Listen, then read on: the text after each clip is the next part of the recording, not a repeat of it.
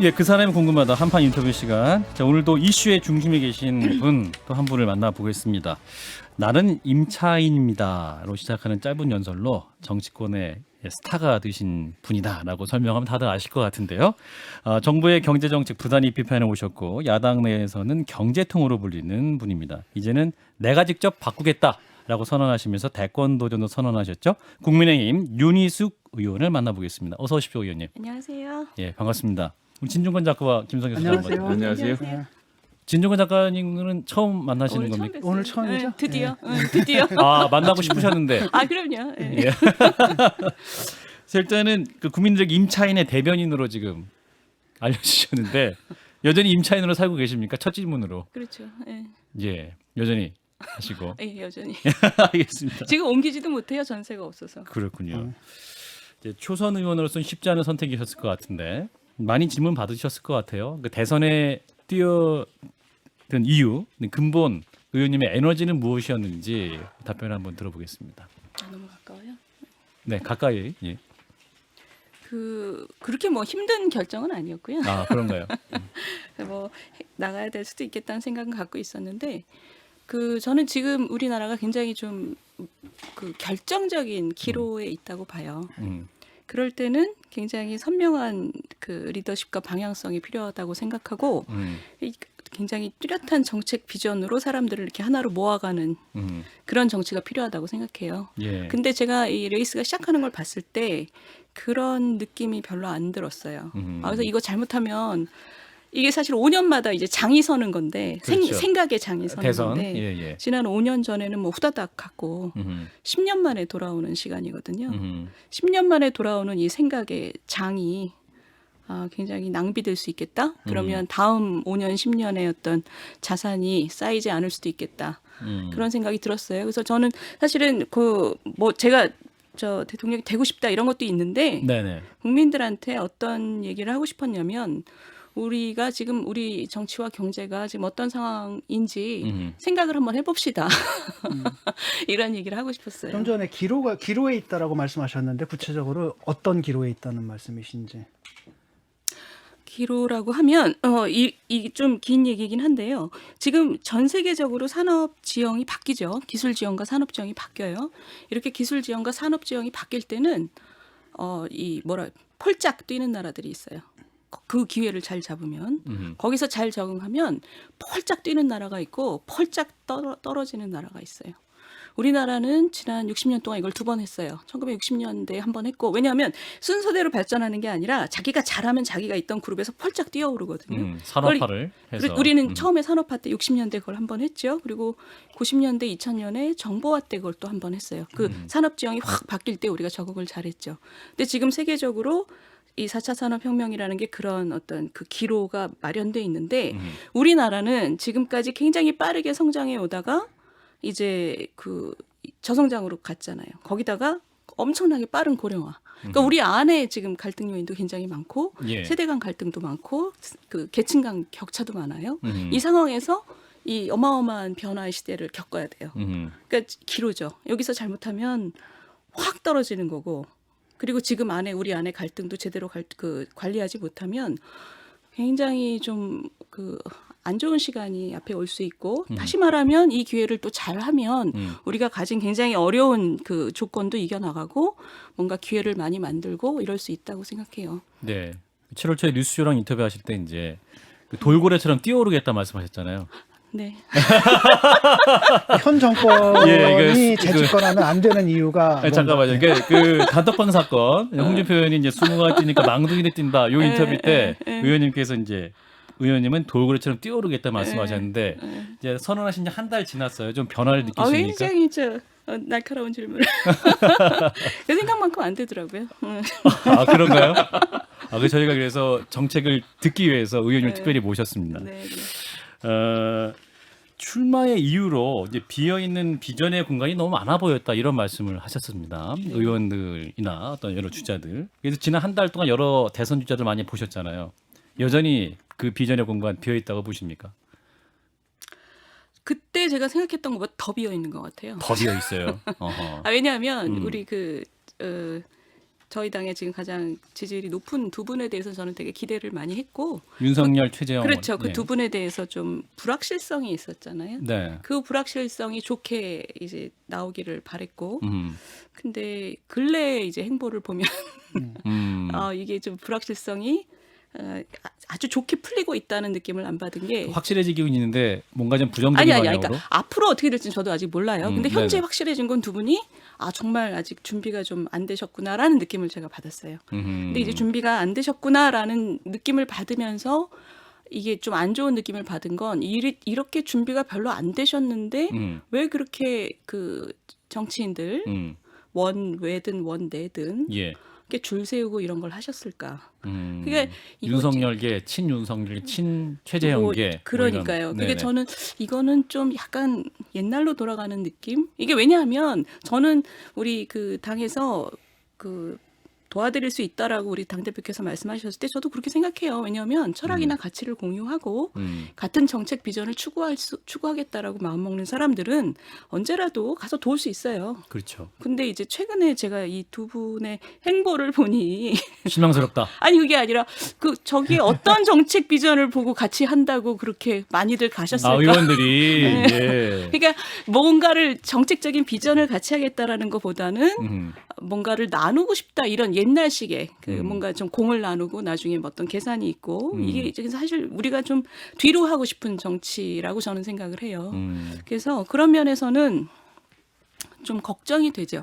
이게 우리가 굉장히 지금 저는 우리 당이 좀 새로운 쪽으로 가고 있는 흐름을 타고 있다고 생각하는데 이거 다시 뒤로 가는 거 아닌가 이런 의원님이 생각이. 비판하신 그 여의도에는 정치는 없고 정치 기술만 있다. 그 정치 기술만 보이고 있습니까? 지금 약간 그런 그 분위기가 그래서 그렇게 가면 안 되죠. 그렇게 예. 가면 안 되는 거죠. 오늘 예비 후보 전체 회의에도 그 최재형 그리고 윤석열 예비 후보가 안 나왔어요. 네. 그리고 또 행사 이벤트에도 안 나오고 그래서 이준석 대표 패싱 논란도 있었죠. 이제 참석한 후보님들도 안 바빠서 오신 건 아니잖아요. 그렇죠. 저도 많이 바빠요. 그런데 저도 굉장히 바쁜데. 그렇죠. 그래서 근데- 시간 내서 가신 거죠. 그런데 예. 제가 지지율을 30% 되면 더 바쁘겠죠. 그렇죠. 뭐 예. 제가 그 입장이 안 돼봐서. 그 예비 후보들 사이에 좀 불만 좀 있었을 것 같은데.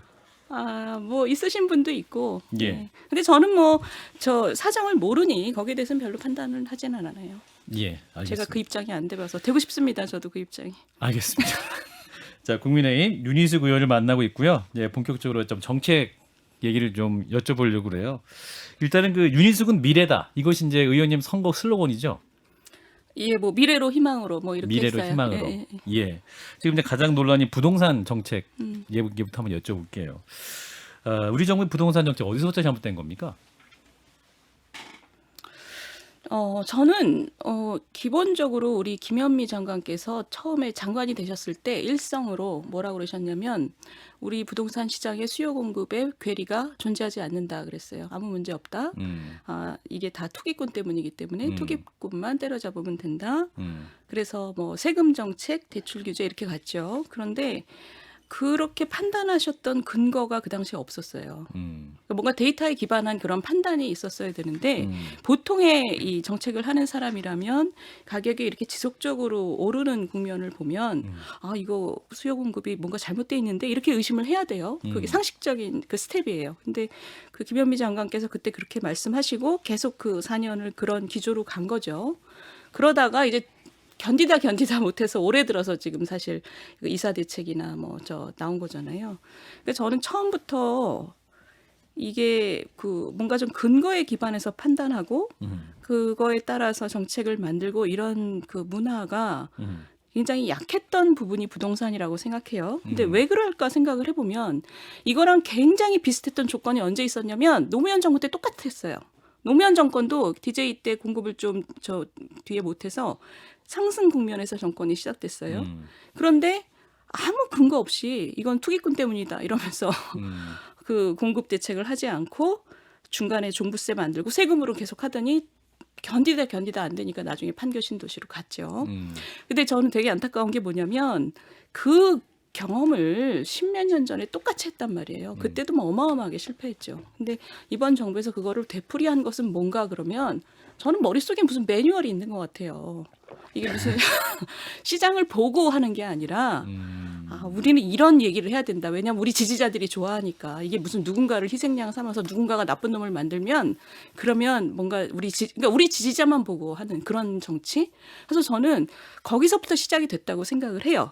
그런데 이제 그게 매매 시장에서 그런 일이 발생을 하고 나중에 그걸 막 세금으로 때려잡으려고 하다니 그게 이제 전세로 세금 많이 물리면 전세로 그게 옮겨가지 않냐 이런 얘기를 하니까 또 게릴라처럼 임대차법을 만들었잖아요. 그러니까 이게 계속 극단으로 뭐가 문제가 나타나면 그 문제를 좀 풀려면 한 걸음 두 걸음 뒤로 가서 봐야 될 때가 있어요. 예. 근데 고집을 부리니까 지금 고집이 여기까지 온 거예요. 고집이.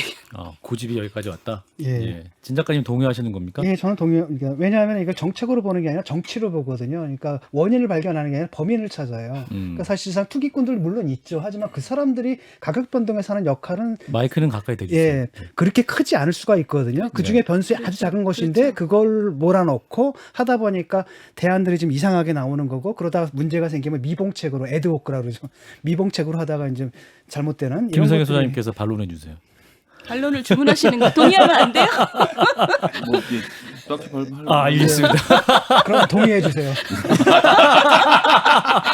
예, 여기서 공감을 이뤘습니다. 부동산 정책은 정말 잘못됐다. 이런 장면은 제가 별로 못 봤어요. 이 프로를 볼 때. 네. 그래서 항상 동의 자주 합니다. 아니. 나는 우리 앵커님 너무 불쌍해서. 그랬습니까? 그래서 지금 오늘 여기 앵커 독재 프로그램이에요. 앵커가 하야문 가고 아닙니다. 제가 이걸 몇 번 봤거든요, 선생님. 저희 그런 말씀 하셔봤잖아요. 정치인이라서 거짓말을 잘해요.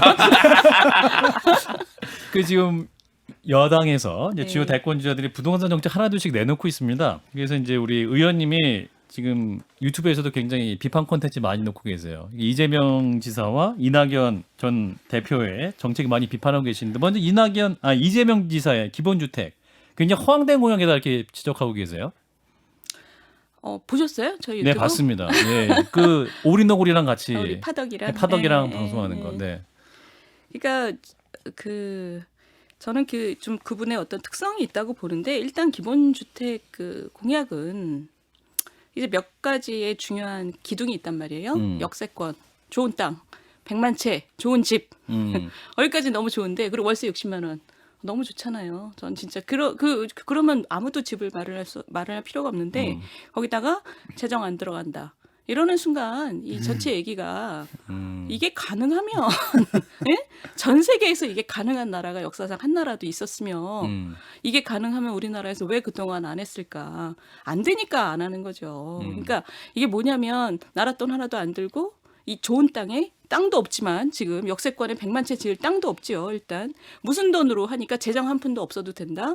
현대적인 금융기법이 뭔가 봤더니 이거는 뭐 정부 보증 없이는 돌아갈 수 없는 메커니즘이에요. 그래서 의원님 폰지 사기라고 말씀하셨어요. 그렇죠. 제가 좀 세게 얘기한 거죠. 예. 그러니까 뭐 그것도 딱 맞지는 않아요. 왜냐면 맨 처음에 그걸 돈을 빌려줄 바보가 있어야지 이게 시작이 되는데 어쨌든 거기서 시작이 돼야지 그 다음에 알을 까고 폰치 사기가 되는 건데 예. 그 메커니즘을 보면 예. 이게 시작되기도 어렵고 계속되기도 어렵고 그게 계속되려면 정부 보증이 있어야 돼요. 근데 정부 보증이라는 거는 정부 재정이 들어가는 거랑 똑같단 말이에요. 그래서 우리 지사님께서 저는 그분의 아주 그 특성 뭐 하여튼 이게 진실이든 아니든 별로 개의치 않는 그런 그 대담함이 있고 그게 이제 선거 때 굉장히 좀 심해진다는 느낌을 제가 좀 받아요. 그러니까 책임에 대해서 생각을 하지 않는 거죠.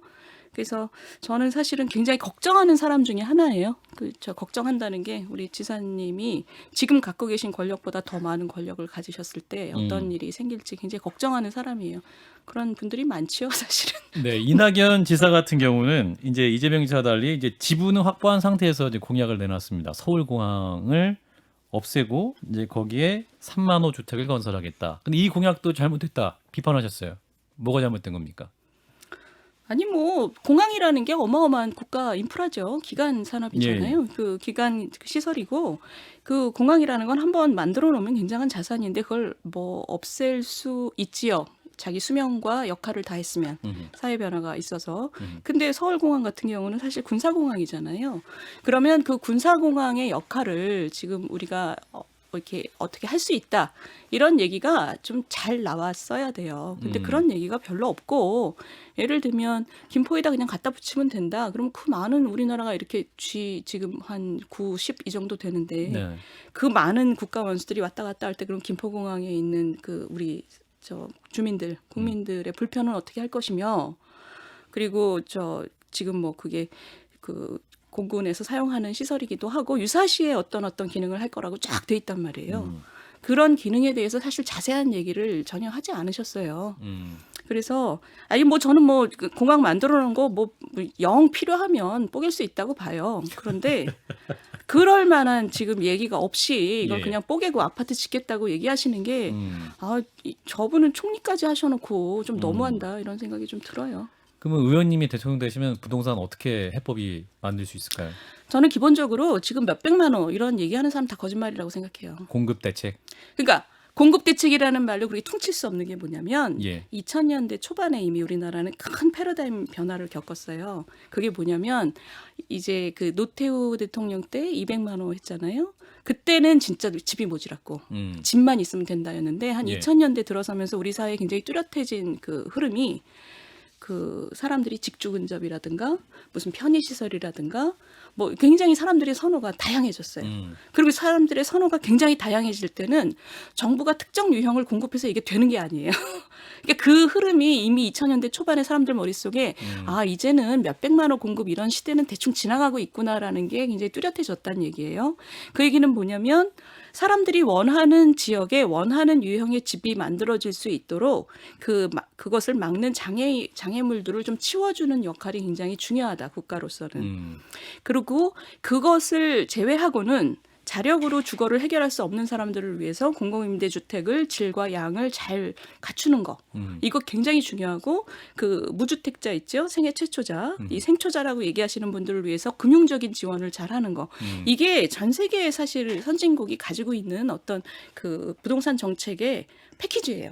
이걸 크게 벗어나지 않아요. 네. 어려운 사람들, 생초자, 그다음에 자기 자력으로 할 수 있는 사람들을 위해서 시장의 장애물을 없애주는 거.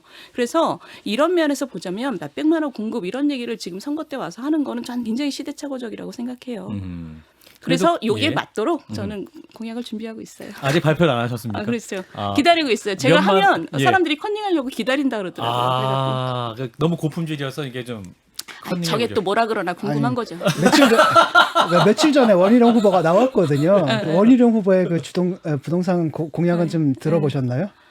나 대충 들어. 그 1호 공약이 무슨 반반 주택, 반반 주택. 반반 주택이 그러니까 주택 10억짜리면 네. 5억은 정부가 이게 지급 보증해서 대출해주고 반만 자신이 그 준비하면 된다 이런 식의 내용입니다. 아니 뭐 그럴 수도 있지요. 그럴 수도 있는데 문제는 그게 어마어마한 혜택이잖아요. 네네. 그 혜택을 누구한테 주느냐가 중요한 거죠. 그러니까 예를 들면 우리 사회적으로 합의해요. 그거는 우리 지금 자기 그 스타트업이라 그러잖아요. 인생에서 시작을 제대로 못하는 청년들한테 또는 신혼부부한테 이건 사회적 합의예요. 그 정도의 재원을 집중적으로 투입해야 되는 그 그룹에 대해서 왜냐하면 그 얘기를 하면 40대 50대 무주택자들은 화난단 말이에요. 우리는 왜 이런단 말이에요. 그러니까 이거는 사회적 합의의 공간이에요. 저는 그거는 이제 리더가 해야 되는 일이라고 봐요. 그런데 모든 사람에게 반값 아파트? 그건 뻥이지. 그러니까 모든 사람은 아니고 이제 그 생애 첫 주택에 대해서. 생애 첫 주택에 대해서. 그러니까 네네. 생애 첫 주택에 대해서 저는 뭐 거기 공감하는 바는 되게 많아요. 네. 근데 아직 윤희숙의 그 부동산 정책은 공개하지 않겠다. 뭐 컨닝할까봐.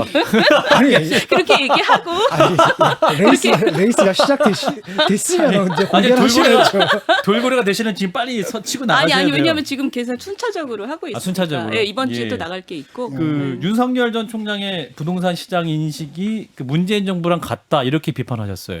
그러니까 그게 뭐냐면 누구 네. 사람 세게 때리면 해결된다고 생각하는 그런 거죠.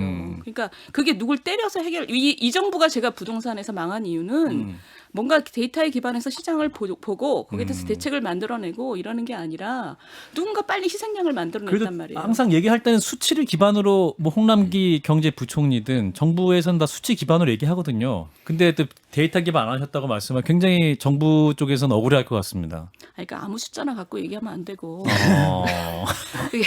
그러니까 시장에서 나온 제대로 된 숫자, 적절한 예. 그 맥락에 맞는 숫자를 갖고 와야 되는 거죠. 잘못된 숫자를 갖고 있다.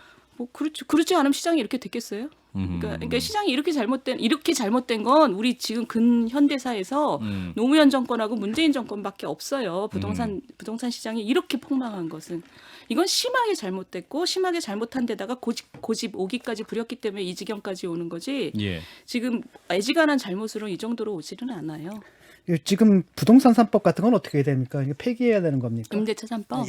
임대차 3법이요.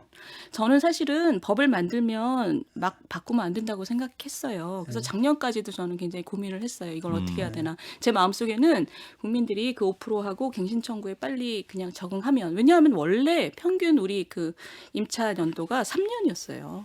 그러니까 이게 4년으로 늘렸다는 게 겨우 1년 늘린 거예요. 그렇죠.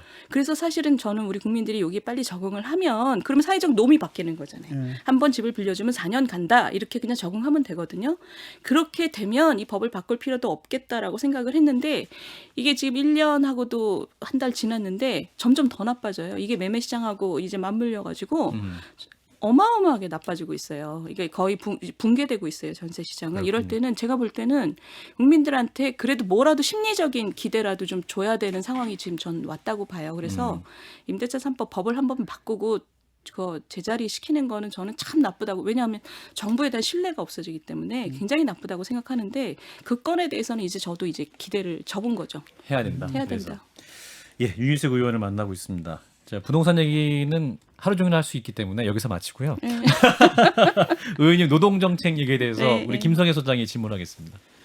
일단 그 귀족 노조가 죽으면 청년들이 산다 이렇게 간단하게 말씀하셨던데 또 이제 교육 정책에서도 전교조만 없애버리면 교육 정책이 사는 것처럼 해서 이제 전반적으로 좀 노조 혐오의 인식을 갖고 계시는 것 같은데 없어지면 정말 나아지나요? 제가 좀 추가 질문하시자면 이 부분에 대해서는 윤희석 의원님이 이제 정부를 비판했던 거가 같은 스탠스가 아니냐.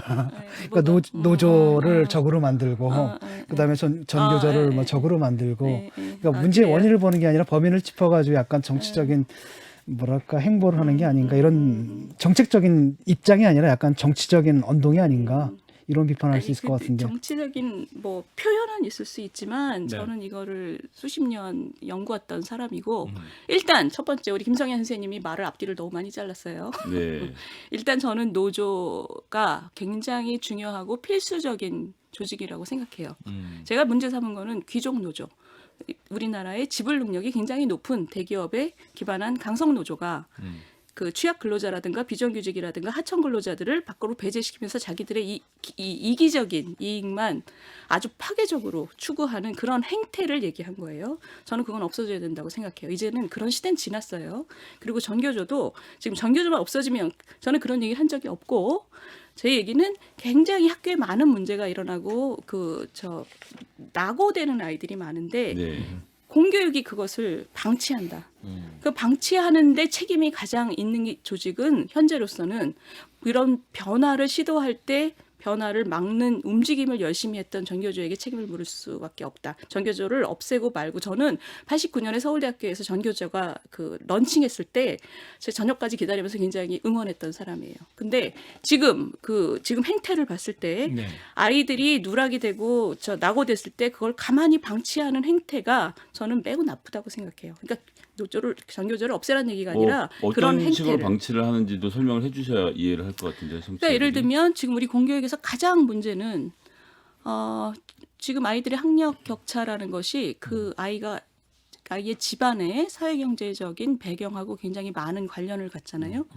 있는 집 아이들, 중산층 아이들은 사실은 좋은 학원 가면 돼요. 학교에서 안 가르쳐줘도. 근데 선생님들의 태도는 아이들이 못 따라오면 학원 가서 배워라 이러죠. 그리고 이번 코로나 때도 엄마들이 아주 기가 막혔던 거죠. 그 인강을 보면 아이들이 그걸 따라오는지 안 따라오는지 별로 관심도 없고 그리고 아이들이 심지어 시험 시간에 자도 깨우지 않고 그러니까 이런 것은 그 사회에 미래의 취약계층을 지금 교실에서 길러내고 있는 거예요. 이거 굉장히 나쁜 거예요. 저는 공교육의 애들을 이렇게 포기하면 안 된다고 생각해요. 근데 그래서 그게 전교조 책임은 아니죠. 아니죠. 근데 이 중에서 그러면 이런 것을 깨우기 위해서 여러 가지 시도들이 있었을 거 아니에요. 예를 들면 아이들의 학력을 진단을 하자 일단. 진단하자. 심지어 조희연 교육감도 2019년에 이걸 진단 검사를 하자고 했어요.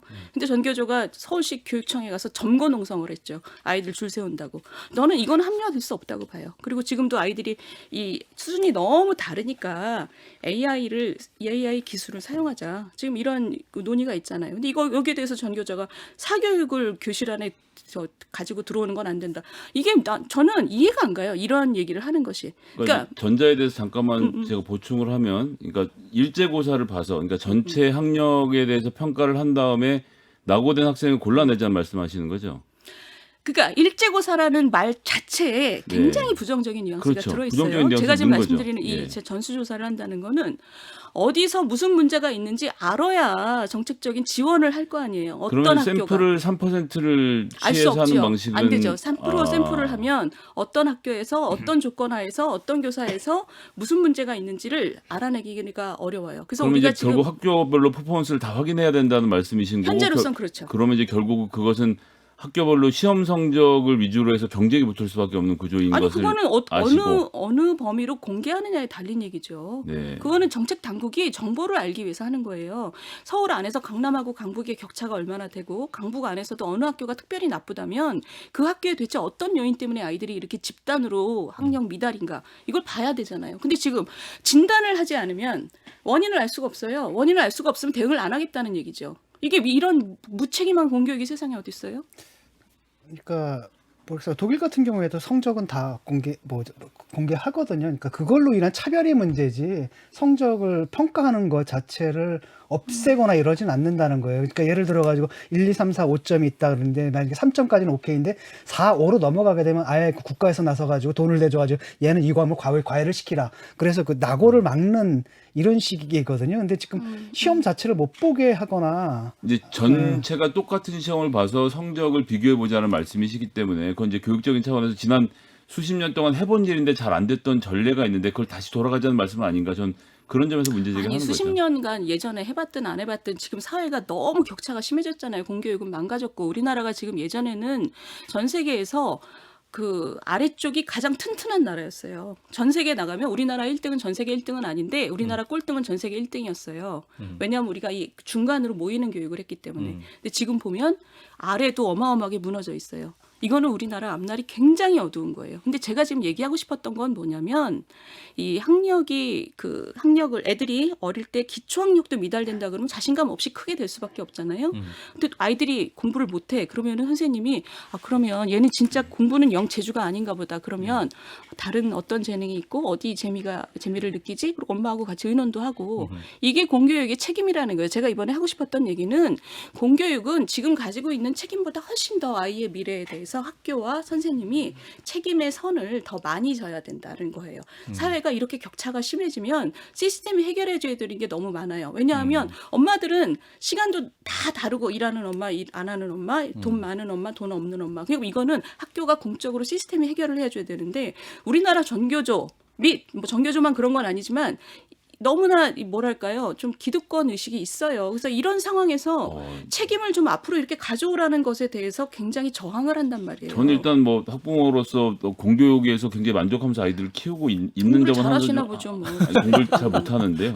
일단 그런 데다가 그러니까 그런 문제가 교사들은 나태한데 나태한 이유가 종교조가 있기 때문이야. 이렇게 결론으로 가시는 건 조금 맞지 않는 것 같습니다. 나태가 아니라 책임을 집단적으로 지는 것을 싫어하죠. 근데 그것에 대해서는 저는 이게 예를 들면 이런 거예요. 저도 이제 학교에서 가르쳐 봤지만 교수들은 우리 신 교수님도 너무 잘하시겠지만 강의안을 한 번 만들면 그걸 통째로 바꿔야 되는 상황을 너무 싫어해요. 왜냐하면 그거를 해마다 조금씩 바꾸면 되지 이 어떤 상황이 변하는 걸 너무너무 싫어해요. 이 교환을 매년 업데이트 하잖아요. 조금씩. 예. 근데 예를 들면 제가 학교에서 가르칠 때 마지막에 어떤 일이 있었냐면 전 세계에서 학생들이 왔는데 이 아들이 통계학을 너무 따라오기 힘들어해요. 그래서 낙제율이 한 30% 항상 돼요. 왜냐하면 아랍 국가나 아프리카에서 온 아이들은 이걸 너무 못 따라와요. 그래서 AI를 쓰자 이런 얘기가 나왔는데 많은 교수들이 반대를 했어요. 왜냐면 귀찮으니까. 그래서 근데 이렇게 낙오율이 높고 얘들을 가르치기 위해서 많은 교수의 시간이 들어가니까 이걸 한번 해봤어요. 한번 해봤더니 그 알렉스라고 그런 프로그램이 있어요. AI 프로그램이 이거를 아이들에게 한 5만 원씩을 지원을 해주고 했는데 정말 한 학기가 지나니까 한 명도 낙오를 안 했어요. 어떤 아이는 15분 만에 다 끝내고 놀고 어떤 애들은 15시간 동안 예, 교수는 이거를 알겠습니다. 계속 관찰하게 되는 거죠. 그러니까 제 말씀은 이게 어떤 사회적인 힘이 있어야 선생님들이 이 방향으로 움직인다는 거예요. 그냥 놔두면 잘 안 짧게 움직여요. 꼭 듣고 싶은 얘기가 있는데 찬성도 해드리려고 준비하고 있습니다. 예, 예, 연금 얘기. 네, 네, 그 하세요. 1분 연금 남아서요. 얘기. 예. 너무 지금 방대한 얘기가 될 것 아, 같습니다. 1분 지나면 나 집에 가는 거예요? 그렇습니다. 그래서 왜 이렇게 짧아요? 연금 개혁해야 된다는 말씀 정도 네. 해주시고 하면 좋을 것 같은데. 연금해야죠. 네 그렇게 듣고요. 이제 지금 한 40초 남았어요. 네, 의원님 국민들께 네. 마지막으로 우리 그 대선 후보로서 네, 국민들에게 던지는 메시지 30초 드리겠습니다. 네. 아이고 참 30초면 짧긴 한데 저는 우리 정치가 심하게 잘못됐다고 생각합니다. 심하게 네. 잘못된 것은 내용은 이 패거리 정치하고 파퓰리즘이라고 생각해요. 예, 예. 근데 이게 뭐 이게 쉽게 고치기는 어렵지만 그걸 바꾸기 위해서는 거기서 가장 멀어 보이는 사람을 선택하시는 게 좋지 않을까. 저는 뭐 다른 거는 크게 자신 없지만 그 예. 패거리 정치하고 파퓰리즘으로부터는 가장 먼 인물이라고 자부해요. 네, 지금 국민의힘 내에서 바로 줄서기 정치도 하지 않는 그렇죠. 뭐 줄 세울 사람도 없고. 예 정책으로 승부하는 네. 네. 의원님 한 번 더 모시겠습니다. 연금 개혁 관련해서도 좀 더 여쭐 게 많아져요. 예, 꼭 시간 좀 내주시기 네. 부탁드리겠습니다. 자, 함께해 주신 분 국민의힘 윤희숙 의원이었습니다. 고맙습니다. 네, 고맙습니다. 고맙습니다. 감사합니다.